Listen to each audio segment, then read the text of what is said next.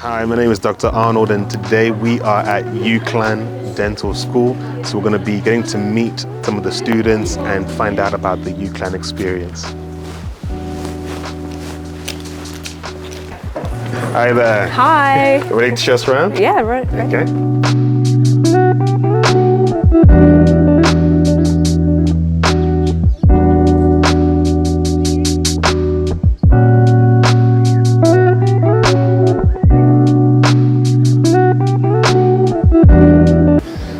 So we are here in UCLan Dental School, and we're just going to be finding out about the UCLan experience, how students are finding it, and hopefully you get to learn something new from this video. So thank you guys for being here. It'd just be good just to find out, maybe if you introduce yourselves and what you did as a first degree. Yeah, so my name's Josh, and I did biomedical science at the University of Liverpool. Graduated in 2019, and then came straight to UCLan to do postgraduate dentistry. Yep. So I'm Salsan. I also did biomedical science at Royal Holloway, and I came to UCLan 2021. Hello, I'm May, and I did optometry at Cardiff Uni, so I went from eyes to the teeth. Hi, I'm Joyce. I did dental therapy at Cardiff. I graduated in 2015. I took a bit of a work break, and then I decided to come back to uni and do dentistry. Okay, so doing dentistry as a second degree, I don't know, maybe somebody would want to punish themselves doing 7 years of uni, but what made you guys end up doing 7 years? Was it that you decided on dentistry later on in life? What made you end up doing graduate entry dentistry? So personally for me, I always wanted to do dentistry from the word go. I had an offer for undergraduate when I was 18, and when it came to A-levels, I seemed to enjoy myself a bit too much when it came to revising for A-levels, so the results suffered a little bit. As a result, didn't get in based on A-levels. So the sort of aim was do a degree like biomedical science with an aim of getting into dentistry later on in life. Yeah. That's what I did, and it worked out well for me. Yeah, so for me it was similar to it, but instead of like not putting the effort into my A-levels, I didn't actually have the chance to do them. So I got sick around A-level exams time. I don't know, I think it worked out well for me because I don't know if that was going to do too well. So that didn't work out the first time, so I just did biomed and then headed through that route. Yeah. So I always knew that. Yeah, so for me, it was a bit similar as well. Just with my A-level grades, that they weren't very good, so I couldn't get in first time or the second time. It took quite a few times. Also, my UK CAT was really, really rubbish. I'm just not good at it at all. So I'm so glad with UCLan we don't have to do the UCAT, so I think that really helped me to get in as well.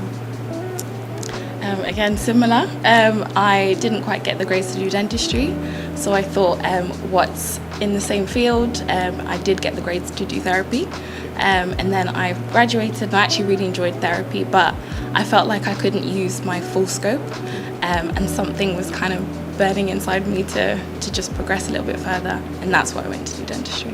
All right, so it's quite a mixed range of ways you found yourselves in graduate entry dentistry.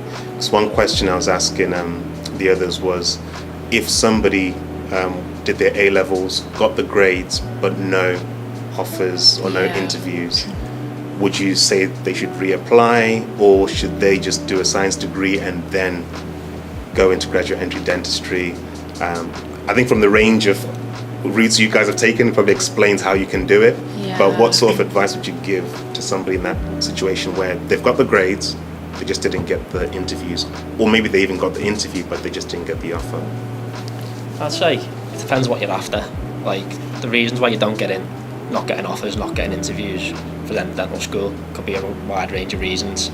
Personally, if you want to go to university and enjoy yourself for a couple of years, have that university experience, going in to do a 5-year dental degree, you haven't got that much free time to go out and party all the time and enjoy the student life. That's what you want. So maybe a previous degree, like a 3-year biomedical science or a different science degree, will give you some background knowledge to go into dentistry. Also, you can have a good time, enjoy yourself, not too much stress. And then you can go into progression. When you're a bit older, you've got more life experience, which may help you get better offers, more interviews to get into dental school, and you're more of a well-rounded person coming out of that first 3-year degree.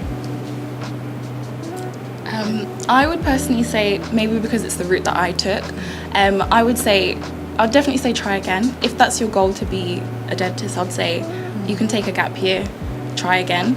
If you really don't want to do that, I would say my route was quite interesting because I went into the field that I wanted to be in. I learned a lot I learned a lot during therapy, and I enjoyed it as well. So you could just enjoy doing that route. But again, if you do decide to go to do dentistry, you've got a lot of background knowledge from therapy, and you're just almost like building on the skills that you've got. So, yeah. How's it been transitioning to Preston? Did any of you know where Preston was before you applied? Definitely not, no. How's the adjustment been coming to Preston? It's been quite difficult, I'll say, because I've only been here for like a year and a bit now. It's really different because like back home is London, so coming from London to somewhere like that's really quiet, it does play on you a little bit, but you get used to it after a bit. So I feel like there were some, let's say growing pains to begin with. Yeah. How would you advise someone what advice would you give to help someone adjust to Preston a lot more easier? Preston life. So I would say make friends with the people on your calls, go to like society events and all that stuff so that you don't feel like you're by yourself. It can feel a bit isolating as well because it's so quiet when you go out or you just go to uni 9 to 5 and then you come back home. So definitely make friends, make sure you see them regularly. So that would be my advice. Just get involved. Yeah. Give yourself as many Yeah. chances as Yeah. possible. Yeah. If you're interested in the sport, go and play for the sports team. Just try and meet as many people as you can. Stuff. Yeah, I agree. And in terms of, so UCLan, there's the DECS, the Dental Education Centres. How have you found those? What's that been like? Maybe if you tell us what DECS you guys are at and how you've been finding that experience of being at DEC. Yeah, so I'm up at Blackpool DEC, and I think the whole experience since we've been there has been very positive. The whole DEC system as a whole, we're a small cohort anyway. The year groups our year was about 28, 30 students. Some of the later years, because of COVID, was a bit 35. Yeah, It's 35. a bit of a bigger year group, but still compared to other dental schools, it's considerably smaller. And even split up into 4 different DECs, you get a more sort of tutor to student ratio. So you're getting like 1 tutor per 2 students sometimes at Blackpool. So the support's always there. It's a really relaxed atmosphere. And I think the DEC system's been great for us. Like even though we've had COVID to deal with, they've really managed to like put on clinics and just do what they've needed to do to get us where we need to be. So what's the difference between you going to DEC and you being in Preston? Maybe if you can explain that for people that don't know what you do at DEC. Yeah, so first year especially, but in Preston mostly, you get taught all your theory based, you do your anatomy, you learn phantom head skills, and then when you get out to your DECs, you start seeing patients. And that should be usually the start of your first year. You get some patients exposure, which is very early for dental school. And I think it's a key driver as to why UCLan's sort of clinical skills coming out of it are so sort of advanced. If you do get that much exposure and that much of clinical practice, you are at an advantage compared to other dental schools. How's it been DEC-wise for you guys? Yeah, I would say it's been really good, and obviously just expanding on the DEC system. So there's different hospitals in different areas, quite deprived areas, would we would say. So you get to see different types of patients, and you get to share stories between DECs as well. So that's been good. Morecambe has been good. Really good DEC staff, really good support. They really care about, you get targets, so they care about making sure that you've got everything that you need to reach your targets. So it's been good for us. Yeah, I would also say that the tutors are also really approachable as well, and everyone's really friendly. The nurses are lovely as well, so it feels like a family community. So with the DECs, so you start off year 1 in Preston, then you split out into the DECs. Did you choose to stay in Preston? Did you choose to move to Morecambe?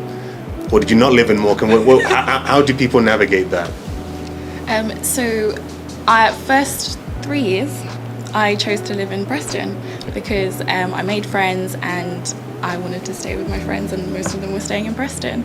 But then final year, you get a lot more clinical time, and being in Morecambe, Preston isn't the closest. By train it is, but we were driving, so it was about 40 minutes. So I chose to just locate somewhere a bit closer to my DEC, just purely for commute reasons. That was my choice. So what areas are there that you can relocate to near Morecambe? Lancaster, which is also another student city, and that's about 7 minutes or so from DEC, so that's really, really good. that's my experience. I'm not so sure about other areas surrounding Morecambe. Same for you? Yes. Did you relocate towards Morecambe? Yeah, so I was in Preston first year, and then after that I just thought, you know what, I want to try something new and just brave and just go to Lancaster. And so I just did it, and it's really, really good. It's so pretty in Lancaster. I feel like because it's also a student city, I don't feel like I'm far away or if I'm not missing out. So yeah, I really enjoy it. I've loved it so much. I'd recommend it. And I guess for you, it's still early days. Is it Yeah. Accrington? No, Morecambe as well. Morecambe as well. Yeah, Morecambe as well. But I don't know. Maybe when I get to their year, I'll also relocate. But at the moment, I think I'm gonna stay in Preston Yeah. and commute.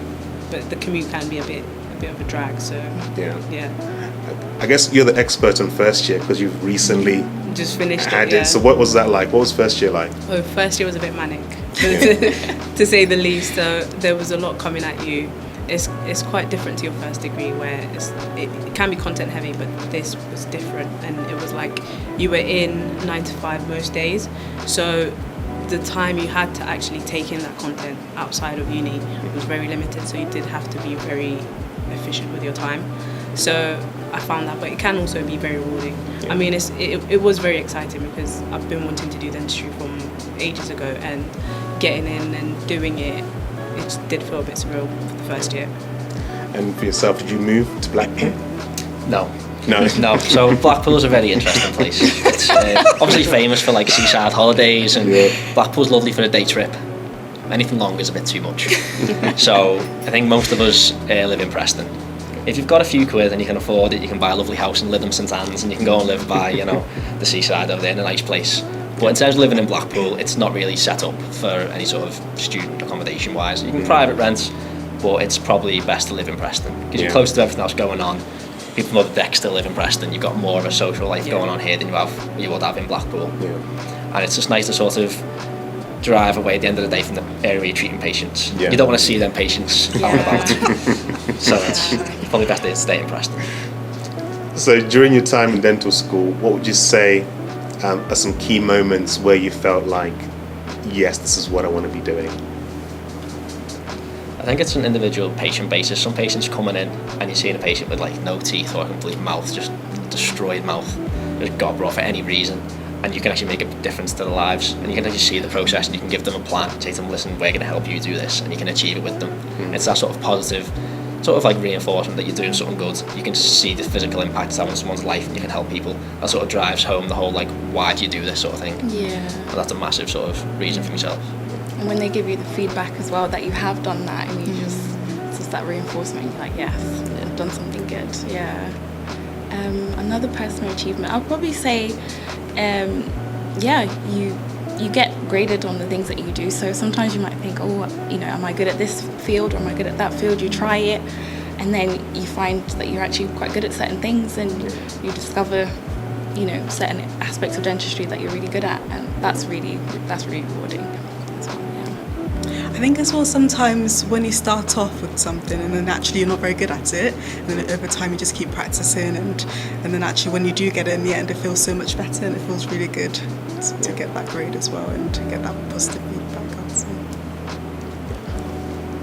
I want to ask, what one thing would you say your previous degree helped you with in terms of preparing for dentistry?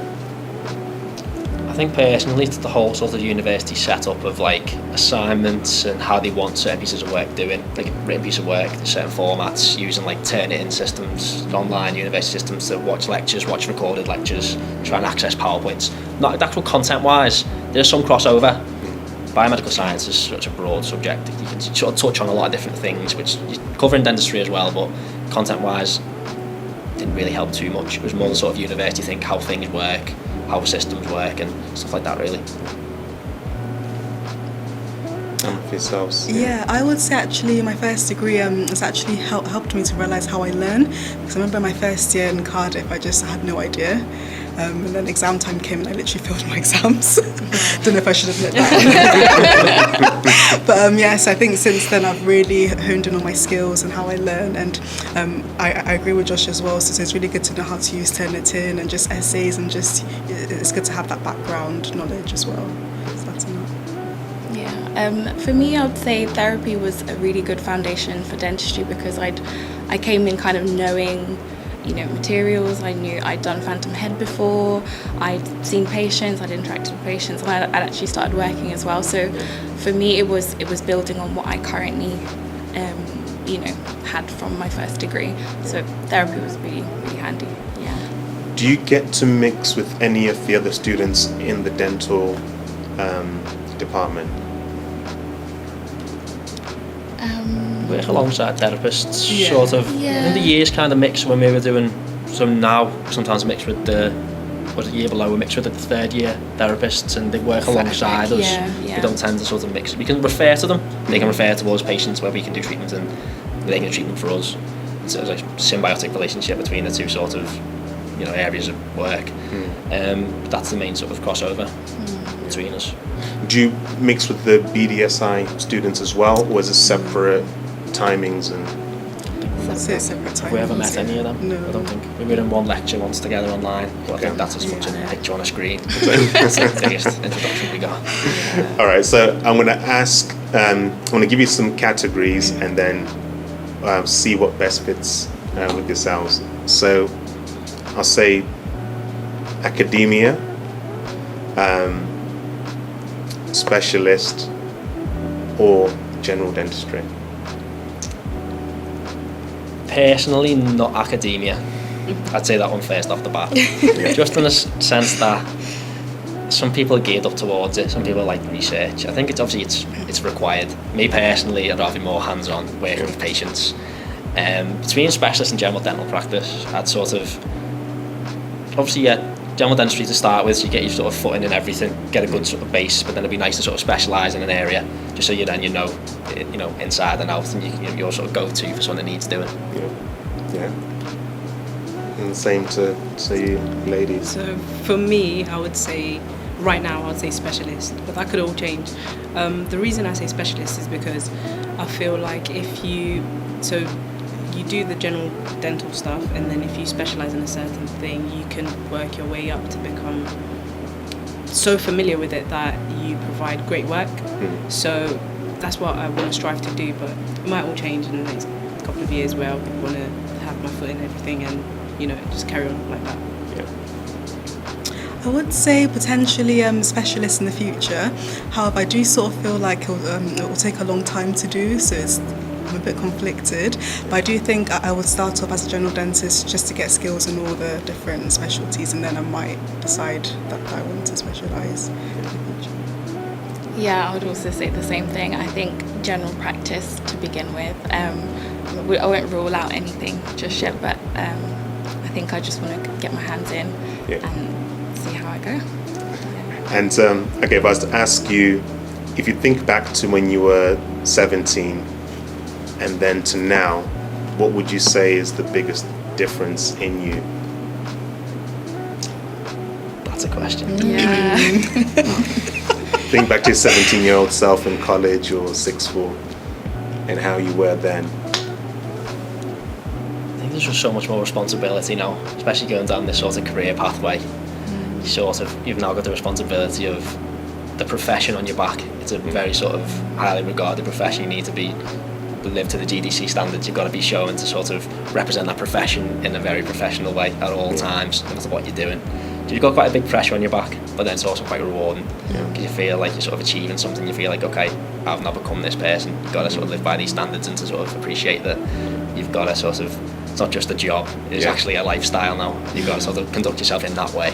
So you're saying that because you feel like you've come to a place where you now are that person? Yeah. As opposed to when you were 17, that might not have been the Back case? then you're sort of thinking, I want to do this, I want to do dentistry. You don't really appreciate how much of a commitment that is. And at this stage you then think, okay, you wanted to do it then, you gave the interview answer why you wanted to do it, now you've got to deliver on it, and you've got to deliver on it constantly until you retire. Like, it's not just that, I'll do it for a bit, then we'll do something else. It's you've picked this now, you've got to carry it. I think it's quite scary to start with, but then once you get into it, it's really rewarding. Yourselves? So for me, it's like the thing about the appreciation. So that's another reason I would say is it would be a positive to do a degree before and then do dentistry, because the level of appreciation you have for it is much different. So if I was, like when I was 17, if I was to get in straight away, I think the regard I would hold dentistry to wouldn't be the same, and the amount of time and effort and appreciation I would give it won't be the same at all. So I think that's the difference. Maturity basically. Yeah, I would say as well, I think gaining confidence, I would say as well, from 17 till now. For example, even when I was 17, I used to think, can I actually do this? Can I actually be a dentist? Can I get in? Especially as well, I feel like my teachers weren't the most supportive in college. So if you told them you wanted to do dentistry, they would sort of say you can't really get in, you don't have the grades. So actually having the confidence to think, no, I can do it, and I'm here now. So I'm really proud of that. Yeah, I would agree. I think at 17 you can doubt yourself a lot, your mind's all over the place, so becoming more mature and actually seeing that I've been able to achieve what I've been able to achieve in our final year now, so that confidence in myself has grown, so yeah. Yeah, no, thank you guys for taking part in this. I'm sure it's going to help a lot of aspiring dentists and even dental students as well that are hearing different perspectives, and I thank you for coming today.